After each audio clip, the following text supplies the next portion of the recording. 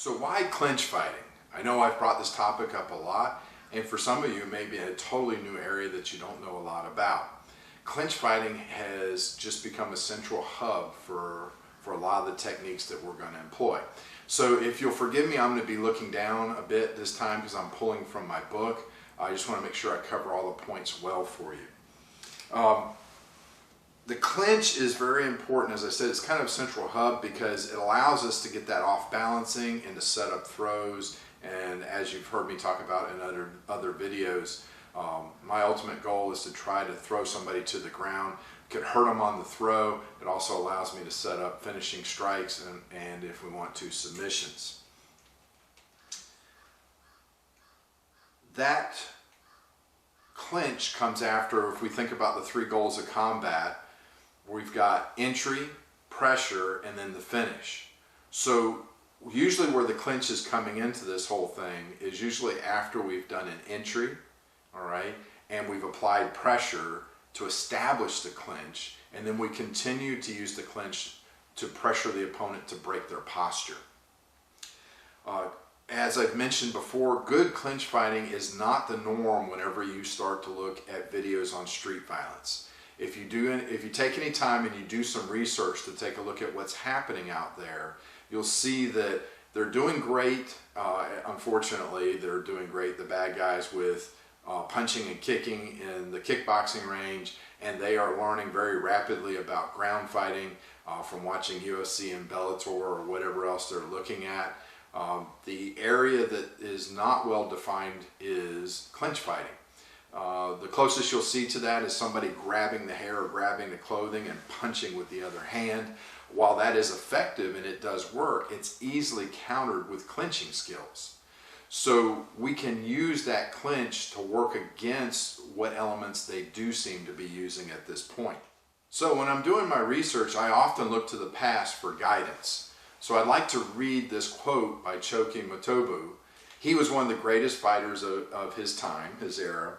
And he said, "Kumite, sparring, is a real fight using many basic styles of kata to grapple with the opponent." So let me read that again. "Kumite, sparring, is a real fight using many basic styles of kata to grapple with the opponent." So there's three main points I kind of want to hit there. And Kumite, we know, is a sparring skill, okay, or sparring bout. I think what he's getting at when he says it's a real fight is that when you are sparring, you need to set it up in such a way that you're trying to emulate a real situation. That's important because normally in that case we have a person who's pushing the idea of the fight and one that has the idea of the fight pushed upon them.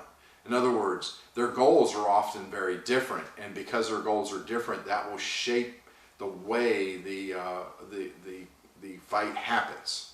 Okay. The second part I'd like to bring up is that he says there are many basic styles of kata, using many basic styles of kata. So Matobu was known for really loving Nahanji kata, but he's saying here that this information is not just in that kata or any other kata, it's spread among many kata, which is wonderful for us because it gives us many sources to pull from. And the third point I'd like to make is that he says to grapple with the opponent. Now when I look at the kata that I share with Matobu, there's no ground fighting elements in it. Okay, there's no ground grappling elements in it. So when we see the term grapple, it must refer to standing grappling, or what we call clinching. And that's a really important point here, is to realize that he is guiding us towards the same goal or the same direction that I'm finding in the kata, and a matter of fact in one of his favorite kata, Nahanji Shodan. The clinch is, again, that central hub that we're going to use over and over again to off balance, to throw, and allow us to finish. I've got some other points I'd like to make. The clinch has many advantages. One of those is that the reaction time that's based on touch can be twice as fast as reaction time based on vision. Another is it can put you inside striking range. mainly for straight punches and obviously kicks. So that's really important because you've probably watched, even in professional fighting, you've watched many fights where you can have the better fighter trading punches with his opponent and he gets knocked out even though he has got the greater skill. So staying in that striking range is dangerous for us no matter what our skill level is. Once we establish the clinch, it's much easier to break posture, which gives us their balance. That is key to removing how much power they have and also how much maneuverability that they have. You can employ multiple types of tools besides the off-balancing and also the throwing, which I've discussed, but also it puts you in great range for using your most powerful tools like elbow shots and knee shots and even a headbutt.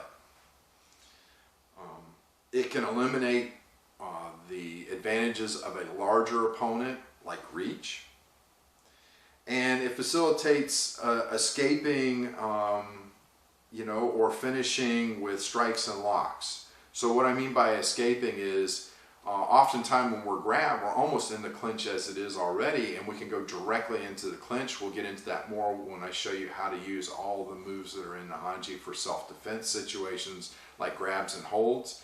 But you're already right there ready for the clinch, and it allows you to take advantage of the gap that they've closed for you. The other thing that's great about clinches is it sets you up well to deal with weapons. So when you're looking at weapons defense, that clinch can be crucial as well. So there's lots of reasons to use the clinch, as you can see. If you're not familiar with the clinch, you're going to get a blow-by-blow approach on how to make the clinch work for you. If you have background in the clinch, you're going to find that there's a lot of similarities probably between what you already know and what's coming out of the Kata. So I look forward to taking you on this journey, and we'll have fun together.